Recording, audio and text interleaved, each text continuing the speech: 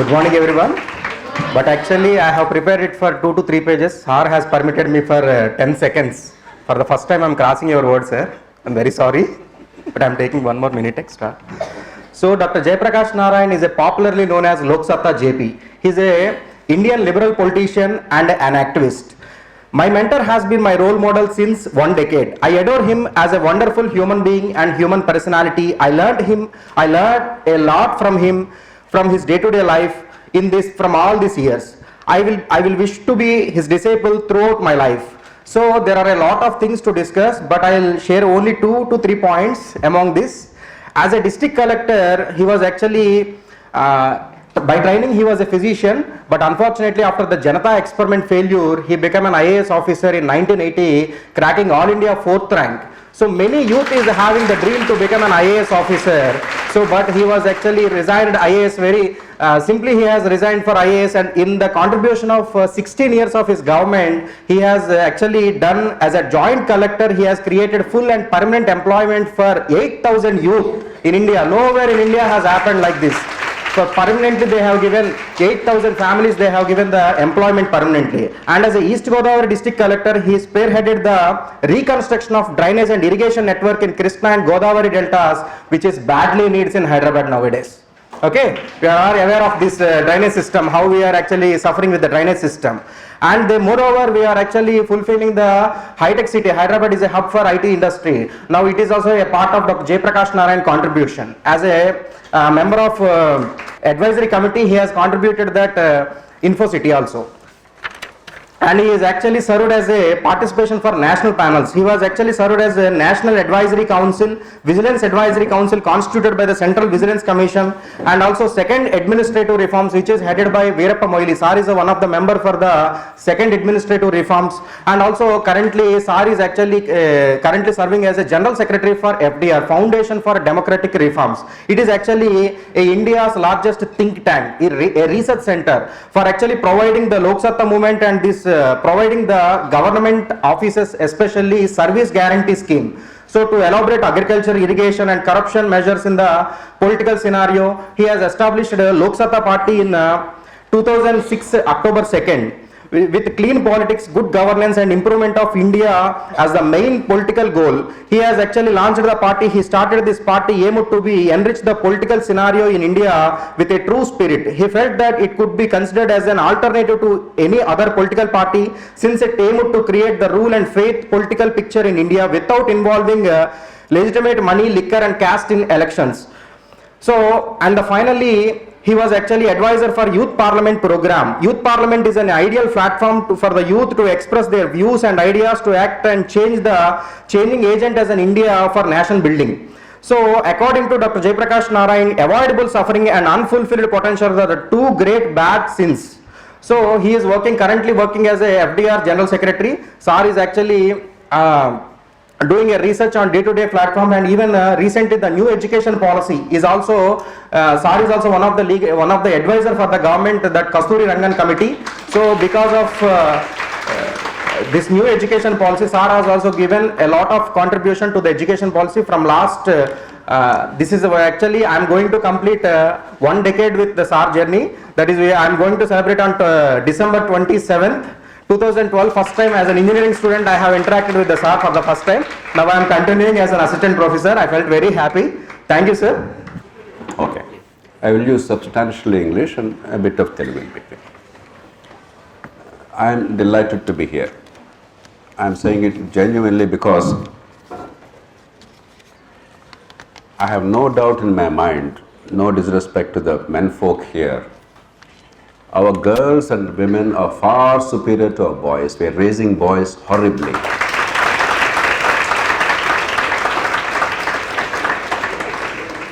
And at long last, one of the good things that's been happening in India over the past 25-30 years is the girls are coming into their own. And I'm delighted to come to a women's college, which is doing pretty well despite its relative youth, just 10-11 years.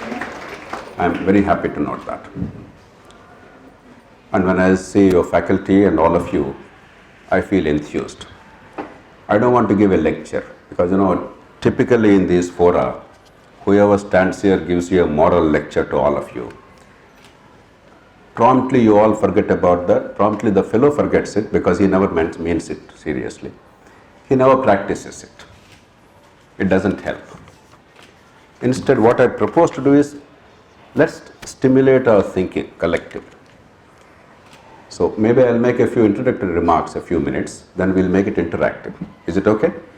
That means you must participate, you must question, you must challenge, you must think. Not only now, here, but later. Is that a deal? Yes. Okay. Let me make just 3 or 4 points very briefly. I'm not impressed with marks and ranks. Your dean talked about how many ranks you are getting, Osmania University, how well you're doing. It's okay, but I'm not impressed.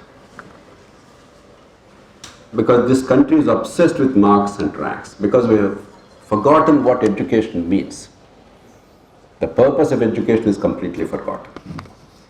And the outcomes are horrible as a result. We just have degrees and fanciful certificates, but irrelevant to society's needs or the individual advancement, or of course nation in general. So I want you to look back and think of the human condition. Why do we require education? What is all this fuss? After all, we are one of the many creatures on planet Earth. No other species has this whole education, schools, colleges, teachers, discipline, syllabus, examinations. Why this? Don't take anything for granted.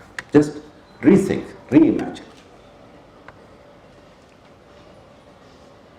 Human beings alone have this need to be educated and the opportunity to be educated for a variety of reasons. The first thing is, all other animals, let me ignore the plants for the time being, they don't require any learning. They don't require any thinking, conscious thinking. There's no consciousness. So how do they act? On instinct. Nature provided instinct. Evolution gave them instinct. Instinct of survival, instinct of procreation, so that the genes are continued, and everything is related to these two instincts. They don't require anything more. But human beings are given the unique gift. Consciousness, first of all, we are aware. I don't think animals wonder what happens in the stars there. Are we going around the sun or the sun is going around us? And are we going around ourselves or not? Is planet Earth flat or sphere? I don't think animals ever reflect on that. Human beings, because there's awareness, consciousness, we have the gift of this reflection, observation, conclusion. The second is, because of evolutionary changes, human beings alone require 15 to 18 years of child rearing. No other animal requires to raise its children, take care of them, so that they mature physically and mentally for so many years. None. Human beings are unique. You see a cow or you see a she-buffalo or some other animal, the moment the calf is born, have you ever seen a calf being born? Within minutes, the calf can stand up and walk. And a baby elephant or some other animal. We alone require years of nurturing, physically and intellectually. The third is, we have the gift of speech. Suddenly, sometime around 100,000 years ago or thereabout, human beings have had the gift of speech. That changed everything. Speech is not to bore people to death. Speech is not to give moral pontifications. Speech is to learn, to communicate, to transfer your experience, your learning to others, the peers, and to the next generation. And therefore, over generations, there is accumulation of knowledge. No matter how great your teachers are, your parents are, your generation is far better than them because you have all the knowledge that they have, and then you add a little bit, you stand taller than them. Each generation is better than the earlier generation. This is a unique gift of human beings. We are not stagnant because speech and therefore transfer of learning. Now, education is a formal institutional mechanism to transfer this learning. So when you are in an education environment, not necessarily in a college, it may be reading a book, it may be later on in life, education is continuous. I spend probably 8 to 10 hours a day today studying something or the other. So much so, my telephone asks me every 5 minutes, are you a human or a robot? Because I ask so many questions, I keep researching. Every day, hundreds and hundreds, no, I'm not a robot, I'm a human, etc., etc. So inquisitiveness, constant learning, accumulation of knowledge. Human beings alone have this propensity. Without that, we would be where we were 100,000 years ago. Hunters and gatherers. We would be where we were about 10,000 years ago, primitive agriculture.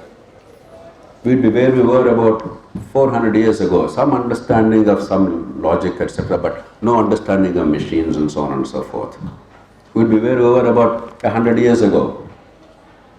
We understood a bit of machines and a few other things, but we had no clue about the things that all of you are doing, the electronics and the digitization and so on and so forth. So we are constantly evolving and progressing because of the accumulation of knowledge. So true education is about the transfer of learning for a purpose. The purpose being better at production of goods and services, making our lives comfortable. Don't ever lose sight of that. Much of our education is third-rate, disgraceful. Rote learning and mass copying in third-rate examinations doesn't make it education. 85% of the engineering graduates in India would not be called engineers anywhere in the world. They may have a degree. I'm being blunt. Don't be one of them. It's an opportunity. Degree is a piece of paper, but have I learned, have I acquired the skill? Do I have the inquisitiveness? Do I have the critical thinking? Do I have the capacity to innovate? Have I the hunger for knowledge and innovation? Can I make things better? That is education. The second point I'd like to make is, you don't realize how incredibly lucky your generation is, wherever you are in the world. Whatever your caste, region, religion, language, we all keep fighting about this caste, that region, that language, this pallu or that hijab or that something else. We are all idiots. But wherever we are, your generation is incredibly lucky. Amarnath talked about my two passions. The passion to help fulfill human potential of every child, and the passion to eliminate avoidable suffering of every human being. These are the things that keep me going. These are the things that make me mad, angry, or passionate, or driven. For the first time in human history, your generation has the opportunity and the means, the resources, to actually be able to fulfill these two great dreams.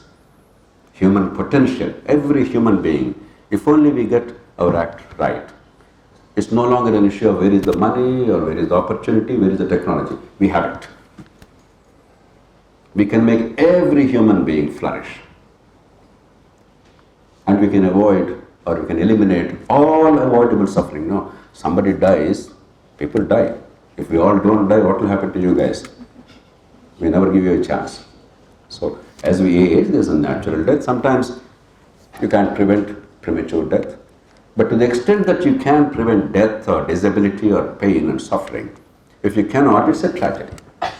For the first time, this generation can actually see a world which can see every child fulfilling her potential and every person not having to endure pain and suffering that can be avoided. What a gift. Philosophers, thinkers, saints and sages, prophets, they all dreamt of such a world. That dream is now tantalizingly within your reach. So many wonderful things are happening. How many of you heard the name John Goodenough? Will you please raise your hands? Okay, there are a couple of hands. Anybody among the students? Look him up in the Google. Now, John Goodenough is now 100 years old. He finished 100 years, he's still alive. John Goodenough is one of the pioneers in creating the lithium battery, which is the basis for many things today in the world, you know pretty well. But what's important is John Goodenough, at the age of 98, acquired a new patent. John Goodenough, at the age of 100 plus, he passed 100 a few months ago, is still working in university researching, heading his team.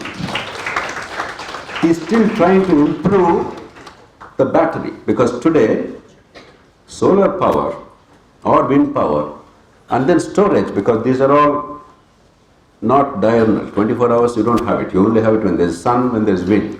So the challenge of the new forms of energy, as you know, is how do we then provide energy for the people when they need them, wherever they need them, round the clock.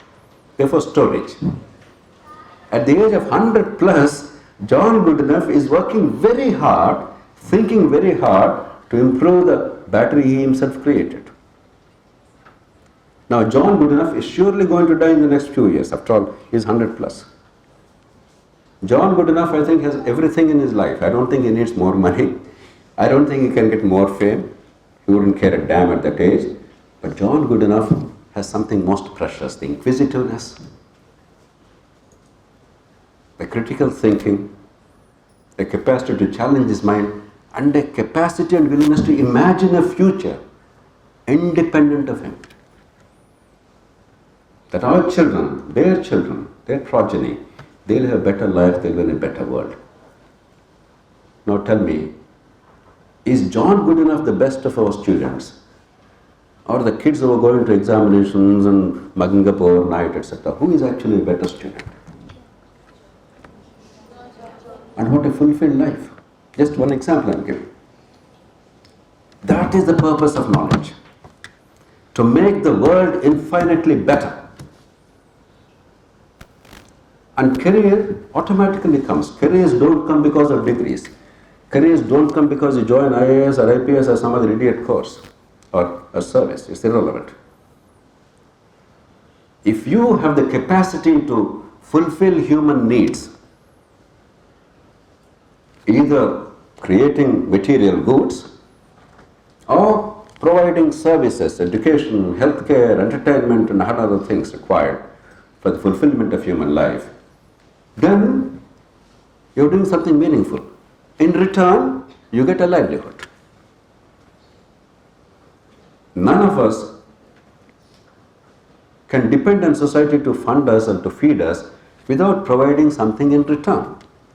Just because you have a degree paper, you should not expect somebody to feed you. That's what, unfortunately, we are expecting in India. I go to government, I got a degree, and I got selected, and the fellow will now give me a salary, he put me on a pedestal, and I'll be a boss doing nothing, being a parasite on society.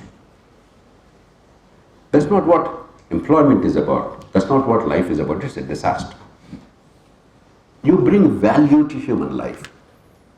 And society, in turn, takes care of you because they need you. Rethink many of the assumptions. What your parents tell you, teachers, they're well-meaning. They love you. Your parents sacrifice enormously. Our country, however poor it is unique because our parents are willing to die for us, if necessary. But it doesn't make them always wise. Because of their insecurity, their fear, they're often foolish. They want you a secure job without looking at your productivity, the quality you bring to the table, your innovation, your critical faculties, and so on and so forth. So while you respect your parents, while you do what is responsible in the long term, the real purpose of life is innovate, think, challenge, change for the better. You look at energy scenario. Right now we are seeing perhaps the last phase when oil and fossil fuels are incredibly important. 20, 25 years hence, I can guarantee you, oil will be a thing of the past. Coal will more or less begin to fade out. we'll have plentiful, abundant, cheap energy world over. And countries like India will particularly flourish because we have more than all the sunshine that we need and want. And the storage technology will take care of many problems. Maybe some other things like biofuels with cellulosic enzymes and the hydrogen cell together will take care of the other needs of fungible energy. I don't want to go into technical details.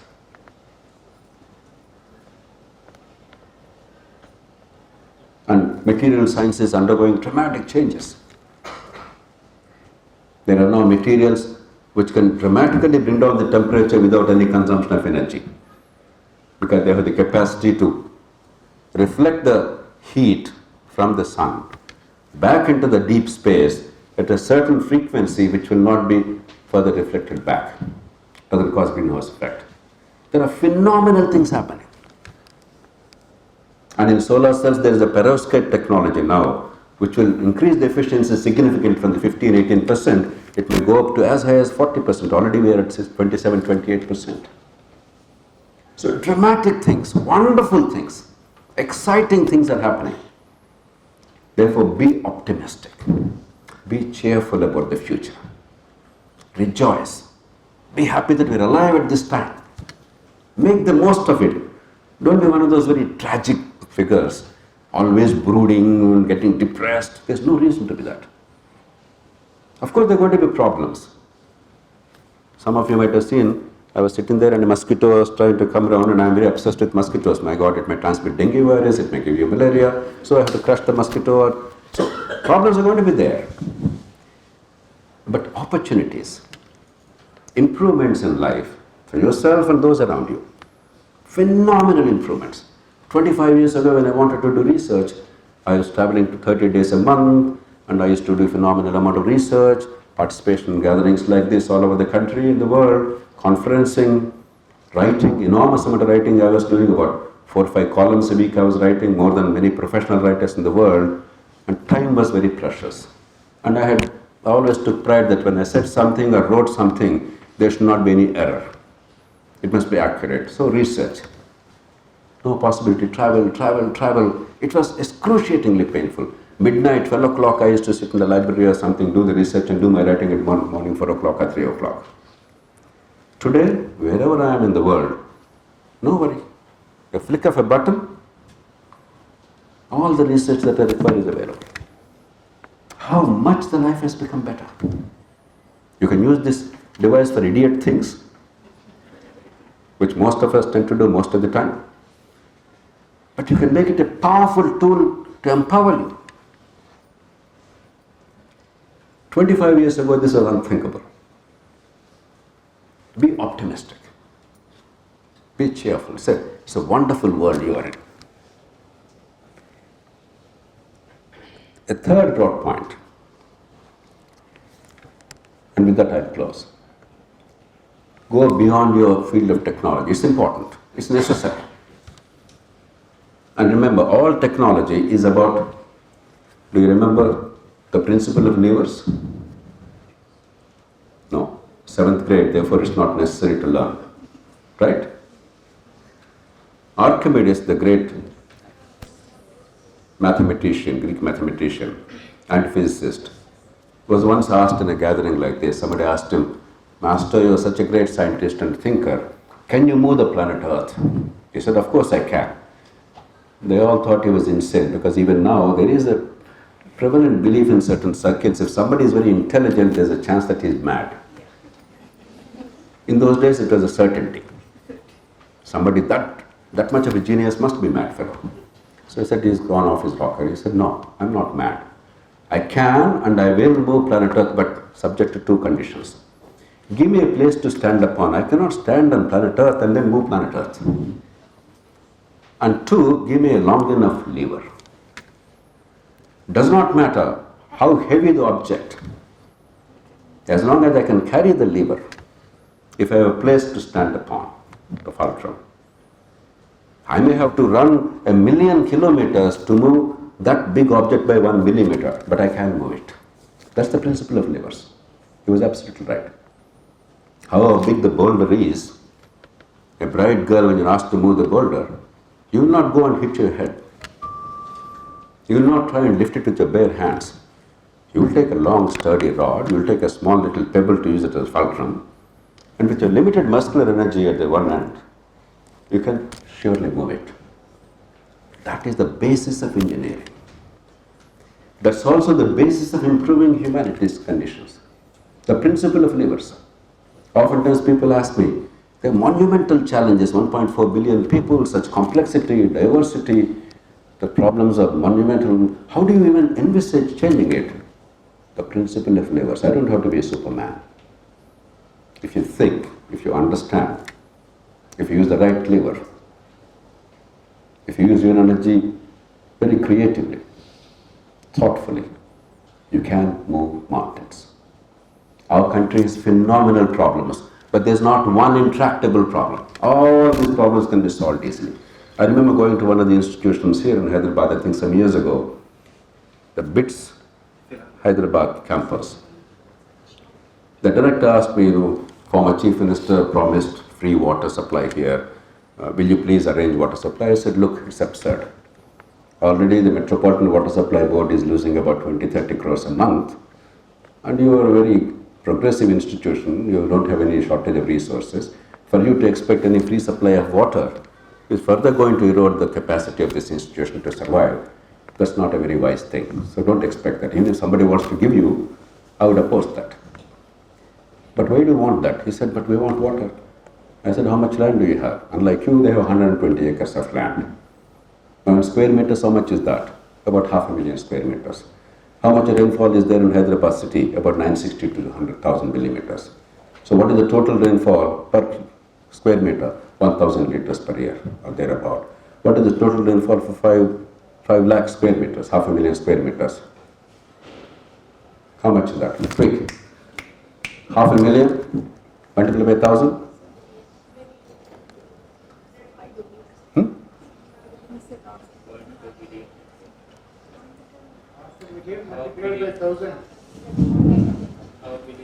Half a billion, right? That's 50 crore liters, 500 million liters. Now assume that 30% you're recharging. That's 150 million liters. You have all the water you need. Nobody created water on planet Earth. Water exists. You harness it. Nature provides it. If engineers don't recognize that and work on that and say, Metropolitan Water Supply Board, please give me free water, and some other idiot says something else, you're being stupid. Then they started that. Next time they invited me sometime later, I asked them, they proudly told me, sir, now we have the water harvesting and all that, we're doing it. So that, go to Cherrapunji or Mount Seram, the world's highest rainfall. The rainfall there is 10 meters, 20 meters, actually I think even more, 20 to 30 times our rainfall. Do you know in summertime there is no water supply there? What more can nature do? Nature is giving you mountains of rain. We are idiots not to use that water. And summertime you say there is no water, then you go to Narendra Modi or Chief Minister or somebody else says, water, pani, pani, pani. Or you go to the IAS officer, what will he do? Our business is, how do you harness nature better? That's an issue of technology. It's an issue of brains and management and collective effort. So there's not a problem whether it is physical or institutional. The 400 crores that was spent yesterday in that insane by-election, that's not democracy. That's not what any sane person anywhere in the world should want. You cannot pretend that that's the way things should happen if you want better life for yourselves. But how do you change it? Criticizing is easy. Abusing is easy. Why is it happening? How can it be changed? If you understand what is the change required, how do you now create an incentive for that change? What are the levers of change? So if you want to change the country, and all of us claim that we want to change the country, we have the obligation to understand the levers. And each of us, we can't all do everything big and grand, but in a small little sphere. Can you find a small little lever to make that change real, so that 1,000 more people can then try, benefit from that? If you're lucky and you have the opportunity, you may do big things. The governments and the prime ministers, if they're wise, if they care for the country, they do big things. Many of them don't. You don't have to be prime minister to do big things. The citizens, if they are public spirited, there are so many wonderful citizens doing remarkable things. Because more than the legal power, the influence you exercise because of credibility and knowledge and innovation oftentimes works wonders.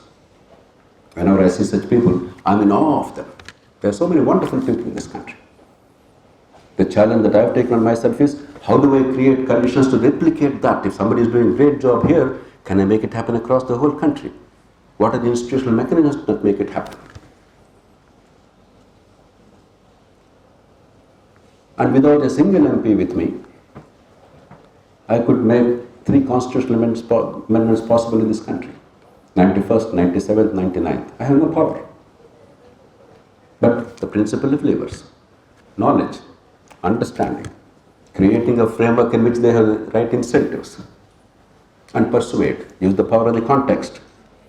I could get 8 or 9 major laws in this country, 4 or 5 major policy changes in India. Is it enough? No. A lot more needs to be done. But the point is, you and I matter. If you know what you want, if you are thoughtful enough, if you have used your education as a powerful tool, not a meaningless mass copying or rote learning, but actual empowering, an understanding, a depth, insightful education. And if you have goodwill, you're not a cynic, you don't think everybody is bad, I'm the only good guy. It's a very stupid idea. There are so many wonderful people. So how do I bring people together? How do I give a persuasive argument? How do I become part of the solution rather than being a part of the problem? It may be a simple thing like water harvesting in your colony. It may be a big thing like a fundamental change in the structure of our society, the institutions of state, or politics of the country. But the principle is the same, the principle of levers. Talk will not deliver. These talks are important in order for us to come together, to think, to stimulate thinking. But that in itself will not change anything. So don't lose heart. This country is going to do much, much better. We are also going to mess up quite a bit. We are doing that. But that's democracy. But our challenge is, can our democracy function better? Can we be more harmonious? Can we be more functional? Can we be a little more thoughtful? Instead of short-term gratification, instant gratification, can we actually protect the future of our children? Can we build the future? Can we harness our resources very rationally, methodically? Get the best outcome rather than some outcome. That's all a function of your thinking. The mind is the greatest asset we have. And then collective effort. The only thing I ask of you is, we are all born into this community, that caste, this family. You and I cannot change it. None of you have chosen to be born in Hyderabad, in Muslim or Hindu or Parsi or some other community. You and I are born. It's given. But if that limits our imagination and vision, how stupid are we? How silly are we? We are actually shrinking ourselves because we are inheritors of all of mankind. Its wisdom, its thinking, its literature, its culture, its art. And by limiting ourselves, our imagination to this community or this caste or this region or this religion, we're actually humiliating ourselves. So can we think a little bigger? At least to the extent that it benefits us. I'm not even asking you to be altruistic. If I want my daughter to be well educated, I go to the best teacher. I don't go to my caste fellow if he's an idiot, right? If I want my family member to be under the knife, a surgery to be done, a life-saving surgery, I don't go to my caste fellow who is a surgeon. I go to the best surgeon that I can find. Why has caste disappeared? There is a bigger purpose than caste. I realize that my son's life, my daughter's education are far more important than the caste. So it's not moral lectures we require. It is a deeper understanding of what actually matters in life. So that harmony, if we can transcend these narrow domestic walls, as Tagore said. And again, to go back to Tagore's immortal poem, another line I'm very fond of, where the clear stream of reason has not lost its way into the dreary desert sand of dead habit. Tradition. I'm all for tradition. I love our culture, our tradition. But if the idiocy of the tradition, there are elements of idiocy, elements of nobility. If I take them both equally, the ignorance, the prejudice, the stupidity, ignorance, superstition, if I take that as my tradition, that is dead habit, where the clear stream of reason has not lost its way into the dreary desert sand of dead habit. If I still think that earth is flat, I'm an idiot. My tradition might have told me that. But that's one obvious thing, but there are so many things. If we cannot get rid of the idiocy, if the clear stream of reason does not guide us, evidence, logic, best practices, and our own sense of the collective future. So you only have these two things required. Harmony among us, a recognition that there is a common thread that unites us, and there's a common purpose and common goal that we all need. And two, an ability, while retaining the best of our tradition, being rooted, an ability to transcend this dead habit and allow our reason. That's what education is about. Reason to guide us, our actions, our thinking.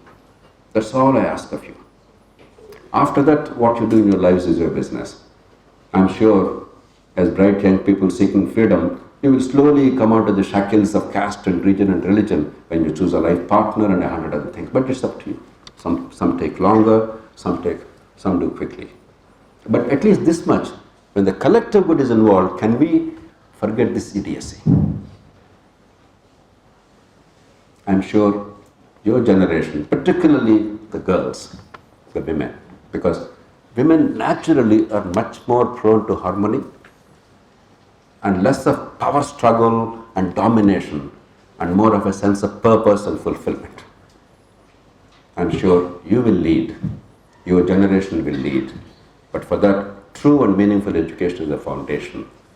I'm glad that you are seeking it.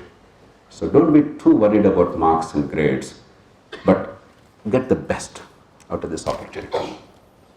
You are in a fine institution. You'll make a huge difference to this country. Be optimistic and cheerful. I wish you all the very best. Good luck.